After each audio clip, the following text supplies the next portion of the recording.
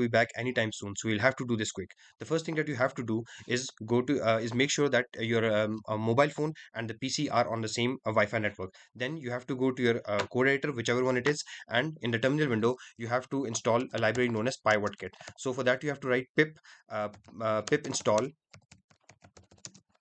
PyWhatKit and hit enter. So for me this is already installed, but for you what it's going to do is install this library. So for me it's already installed, saying requirement is already satisfied, but for you what it's going to do is going to install that library. So in your code editor you have to do is import PyWhatKit, right, the library that we just installed, and it has a function that connects a server, right? So what he has to do is write server underscore connect, right?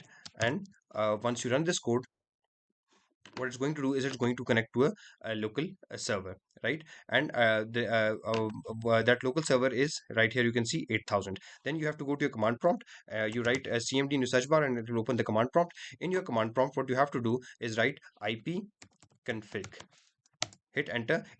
What you have to look for here is the IPv4 address, right? So for me this is 192.168.138.240. So once you have seen this IPv4 address, you're going to go to your right, and in your phone what you're going to do is you're going to open your browser, and in your browser you're going to write this IPv4 address, right? So it is 192.168.138.240.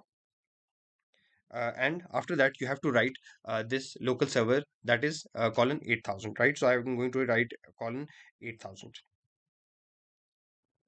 This will open this window, right? And now what I can see that my computer can be controlled here from my phone. So if I move my mouse, it can do that. And now my brother is back, so I'll see you later.